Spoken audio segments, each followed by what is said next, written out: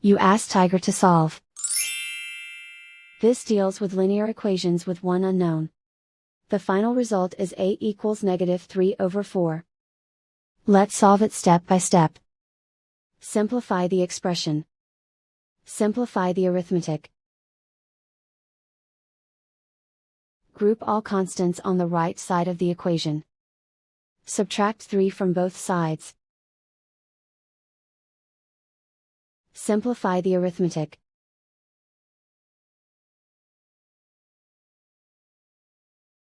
Isolate the a. Divide both sides by 4. Simplify the fraction. And so the final result is a equals -3/4.